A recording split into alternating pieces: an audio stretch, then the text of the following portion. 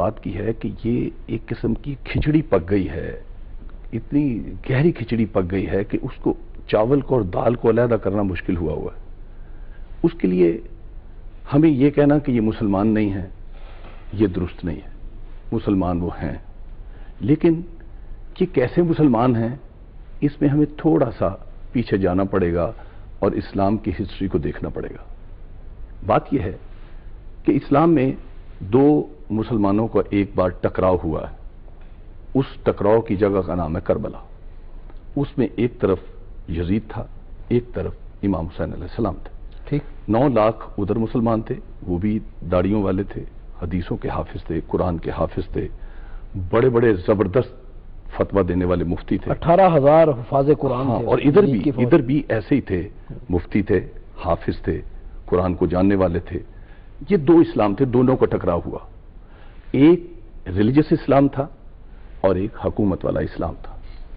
یہ دونوں اسلام کا سفر ہوا، حکومت والا اسلام بھی چلا اور ریلیجس اسلام بھی چلا، مگر ریلیجس اسلام بہت دبا ہوا، بار بار قتل ہونے کے باوجود کہیں کہیں نحیف آواز نکالتا تھا۔ مگر پولیٹیکل اسلام، حکومتی اسلام جو تھا وہ بڑے زور سے چلا، ملکیت قائم ہوئی۔ یزیدیت کے بعد مروان ابن الحکم آیا، اس کے بعد عبد الملک بن مروان آیا، اس کا 10 سال کا ٹینیور تھا۔ اس کے بعد حشام بن عبد الملک آیا، پھر سلمان بن عبد الملک آیا، پھر اس کے بعد یزید بن عبد الملک آیا، پھر ولید بن عبد الملک آیا، پھر عباسیوں کا دور ایک طویل عرصہ ہے چلتا ہوا۔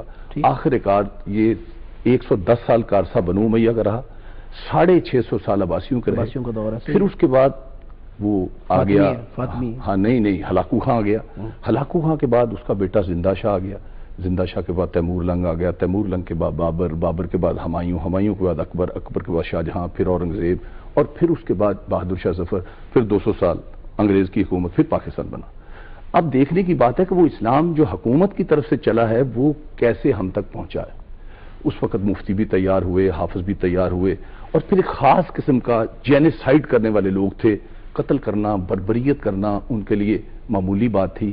اور میں 1 سیکنڈ کے لیے عرض کر دوں کہ کربلا کا جو واقعہ ہوا تھا وہ واقعہ بڑا سخت تھا، لیکن ہم نے اسے سنی شیعہ میں تقسیم کر کے یہ کہا یہ شیعوں کا ہے، یہ سنیوں کا تعلق ہی کوئی نہیں۔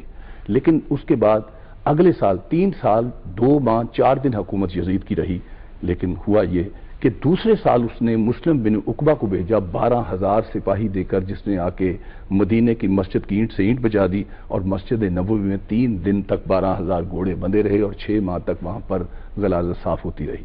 دوسرا کام جو اس نے کیا، تیسرے سال خانہ کعبہ کو منجلکوں سے برباد کیا، خانہ کعبہ کو جلائے، شاعر اللہ جل گئے۔ اس کے بعد وہ بیمار ہو گیا، بیمار ہونے کے بعد اس کی 5 وصیتیں ہیں۔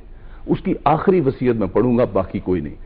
اس نے آخری وصیت میں مسلم بن عقبہ نے لکھا ہے، جسے عزت و احترام سے لوگ دیکھتے ہیں مسلمان، اس میں 5ویں یہ لکھی ہے کہ دیکھو میں بچ تو نہیں سکوں گا، میں مر جاؤں گا، لیکن میری وصیت یاد رکھیے، میں نے اپنی بخشش کے لیے خدا کے گھر سے ایک ہی کام اچھا کیا ہے، وہ ہے خانہ کعبہ کو ڈھایا ہے، اس لیے کہ میں نے اپنی امیر کی اطاعت کی ہے، اور اس آیت کے تحت کی ہے وَأَطِیعُوا اللَّهَ وَأَطِیعُوا الرَّسُولَ وَأُولِي الْأَمْرِ مِنْکُمْ، اطاعت کرو اللہ کی، اطاعت کرو رسول کی، اطاعت کرو اولی الامر کی۔ میرا اولی الامر چونکہ یزید ہے، میں نے اس کی اطاعت کی، اس لیے اس جرم کے بدلے میں، اس نیکی کے بدلے میں جو خانہ کعبہ میں نے گرایا ہے، میں بخشا جاؤں گا۔ اب یہی ٹرانسمٹ آگے ہو رہا ہے، اور یہی صوفی محمد اسی مشن کو لے کے آگے چلے ہوئے ہیں۔ یہ مسجدوں میں بم مارنے والے کو باہر سے نہیں ہے، تمام بارگاہوں کو تباہ کرنے والے باہر سے نہیں ہیں، یہ وہی تعلیم ہے۔ افضال بھائی، یہ سارا کچھ ہم کر لیں، اس کا حل نہیں ہے، اس کا ہر لانگ ٹرم پلان ہے۔ وہ کیا ہے؟ سب سے پہلے ہمیں تعلیم پر زور دینا پڑے گا، ہمیں پڑھانا پڑے گا، بچوں کو بتانا پڑے گا۔ جب تک اصلی اسلام ہم نہیں پڑھائیں گے اس وقت تک مسلمانوں میں یہ صحیح کہہ رہے ہیں۔ خودکش حملوں کے بارے میں مختصر